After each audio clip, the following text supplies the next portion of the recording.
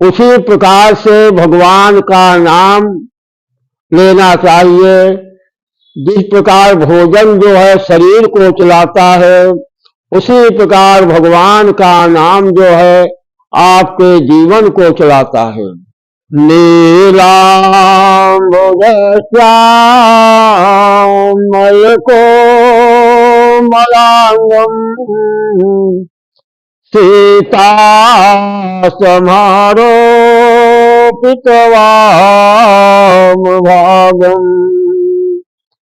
बालो महासायक चारुचापम नमामि रामं रघुवंशनाथं।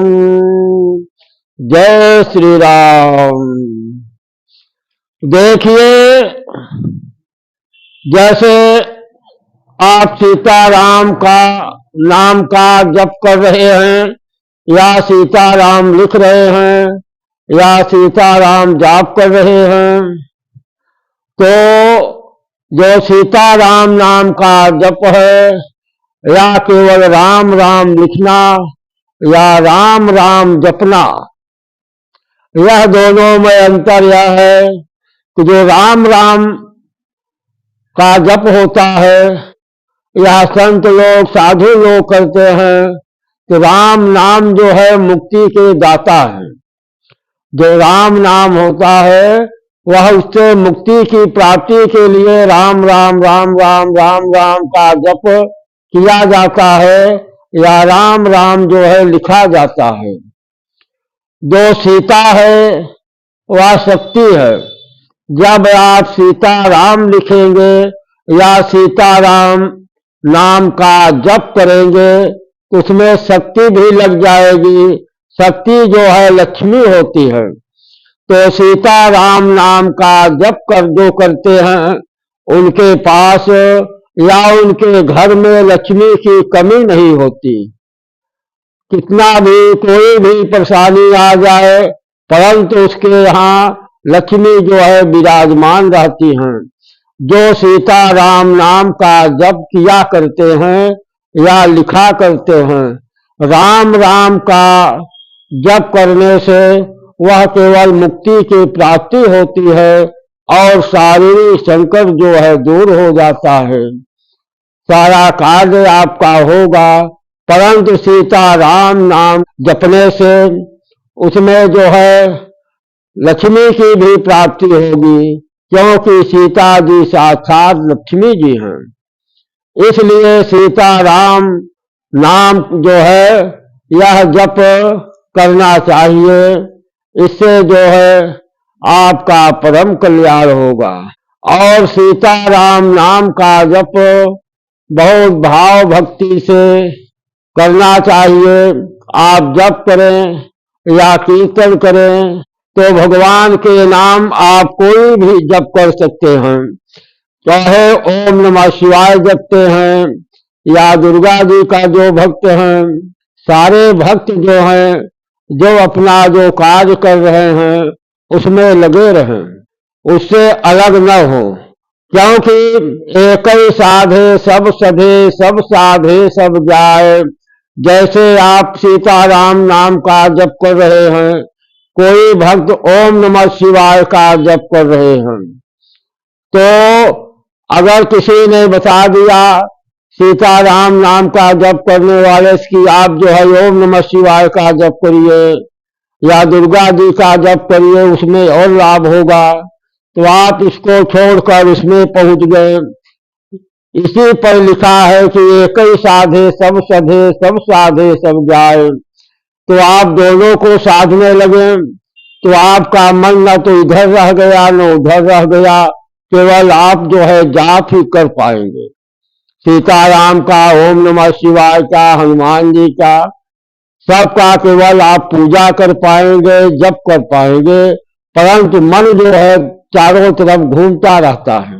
इसलिए आप जो है कोई जो ओम नमः शिवाय कर रहे हैं या सीताराम नाम का जप कर रहे हैं, तो ओम नमः शिवाय वाले अपना जप करते रहें, सीताराम नाम का जो करते हैं वे अपना जप करते रहें।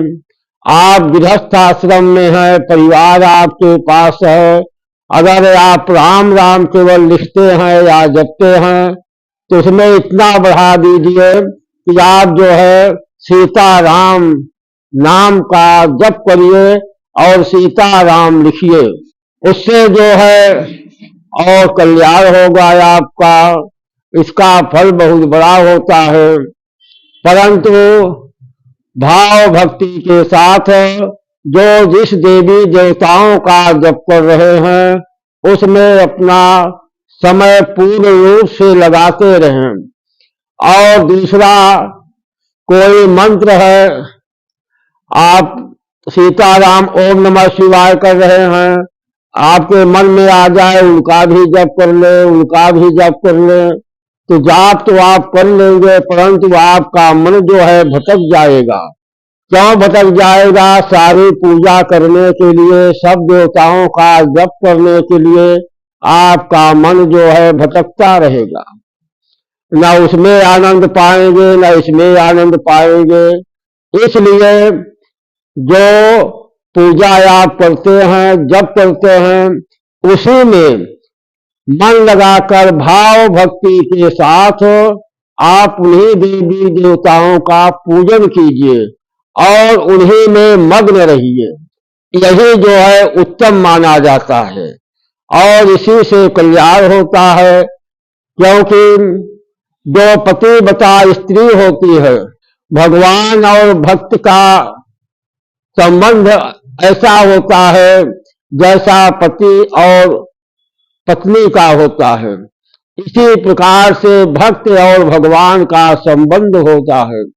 जिस प्रकार पतिव्रता स्त्री जो है केवल अपने पति को ही देखती है, उन्हीं का नाम लेती है और उन्हीं में मग्न रहती है, उसी प्रकार से भक्त और भगवान होते हैं कि भक्त का जो नियम है, जो संयम है, तो जो देवी देवताओं को वरण कर लिया है उन्हीं में मग्न रहें और उन्हीं का नाम लेते रहें। यह जो है परम उत्तम होता है और परम कल्याणमय होता है। इसलिए आप जिस देवी देवताओं का पूजन कर रहे हैं उनको उन्हीं रूप से करते रहिए और भाव भक्ति के साथ आप उसको करिए, तो आपका कल्याण होगा, आपके परिवार का कल्याण होगा और अंत काल में वैकुंठ लोक की प्राप्ति भी हो जाएगी। इसमें जैसे आप भजन कर रहे हैं, तीर्थ कर रहे हैं, दान धर्म कर रहे हैं, साथ में अपने गुरु मंत्र का भी जप करें। कम से कम 3 माला गुरु मंत्र का जप करें। अगर ज्यादा हो जाए 11 माला, 21 माला, 51 माला जितना हो जाए तो बहुत अच्छा है और अच्छा ही होगा। तो गुरु मंत्र का भी जप करें और जो देवी देवताओं का जप करते हैं उनको भी जप करते रहें। और जो भक्त गुरुदीक्षा नहीं लिए हैं वो प्रयास करें कि गुरुदीक्षा जो है ले लें। गुरुदीक्षा लेने से जो फल आप प्राप्त कर रहे हैं, जो भजन कर रहे हैं, उसका फल जो है 10 गुना हो जाता है। गुरुदीक्षा लेने से पूजा और जाप का फल 10 गुना हो जाता है। तो आप जो है कर्म कर रहे हैं, 10 गुने का लाभ 1 गुना हो रहा है। तो इसलिए गुरुदीक्षा जो है बहुत जरूरी होता है। गुरुदीक्षा का मतलब है कि बिना गुरुदीक्षा की मुक्ति नहीं प्राप्त होती। कितना जरूरी है गुरुदीक्षा कि जिस प्रकार भोजन जो है बिना भोजन के मनुष्य जिंदा नहीं रहता, उसी प्रकार से बिना गुरुदीक्षा लिए मनुष्य का जीवन व्यर्थ ही बीत जाता है। गुरुदीक्षा से तन मन दोनों जो है पवित्र हो जाता है और गुरुदीक्षा न लेने से वह मुक्ति के अधिकारी नहीं होते। मृत्यु जो है निश्चित है, एक न एक दिन आ जाएगी। तो इसलिए जब हमको एक न एक दिन मरना ही है, तो गुरुदीक्षा का वादा क्यों करें। कभी तो बचपना है, जवानी मिलेंगे, बुढ़ापा मिलेंगे या शादी विवाह मिलेंगे। जब भी मन में आ जाए सच्चे गुरु की प्राप्ति हो जाए, आप जो है गुरुदीक्षा का कार्य कर लिए। क्योंकि बिना गुरुदीक्षा का सारा धर्म जो है उसका फल अधूरा रहता है। गुरुदीक्षा से ही शरीर की शुद्धि हो जाती है और जो धर्म करते हैं उसका फल 10 गुना हो जाता है।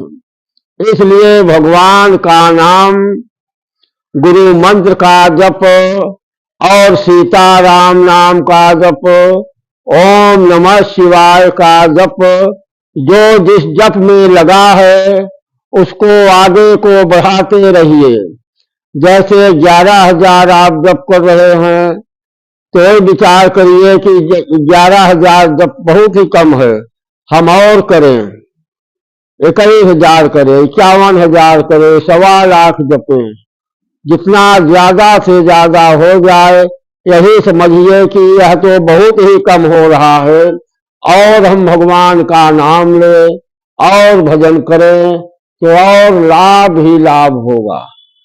क्योंकि भगवान के ऊपर एक फूल अगर भक्त चढ़ाता है तो वह फूल कभी व्यर्थ नहीं जाता, उसका फल अवश्य प्राप्त होता है। जब एक फूल चढ़ाने से उसका फल आपको प्राप्त होता है, तो आप 2 घंटे, 3 घंटे, 4 घंटे, 5 घंटे भगवान के भजन को करेंगे तो वह बहुत बड़ा फल हो जाएगा, उसका फल तो और बड़ा होगा।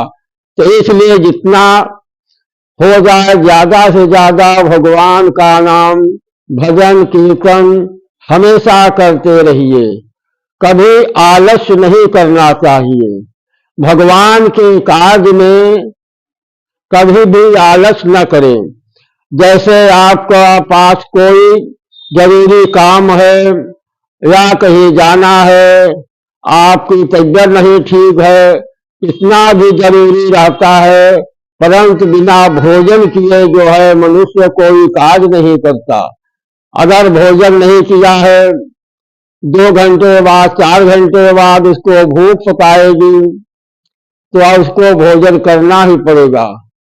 उसी प्रकार से भगवान का नाम लेना चाहिए। जिस प्रकार भोजन जो है शरीर को चलाता है, उसी प्रकार भगवान का नाम जो है आपके जीवन को चलाता है। तो भगवान का नाम कभी भी व्यर्थ जाता ही नहीं। जो जितना ज्यादा से ज्यादा करता है उसका फल उसे अवश्य ही प्राप्त होता है। परंतु आपको यह कर्म करना पड़ेगा। जब कोई कर्म करेंगे तभी आपको लाभ मिलेगा। इसी प्रकार जब भगवान का नाम लेंगे तभी आपका कार्य होगा। भाव भक्ति के साथ भगवान का कीर्तन भजन अवश्य करिए। जय श्री राम, जय श्री राम।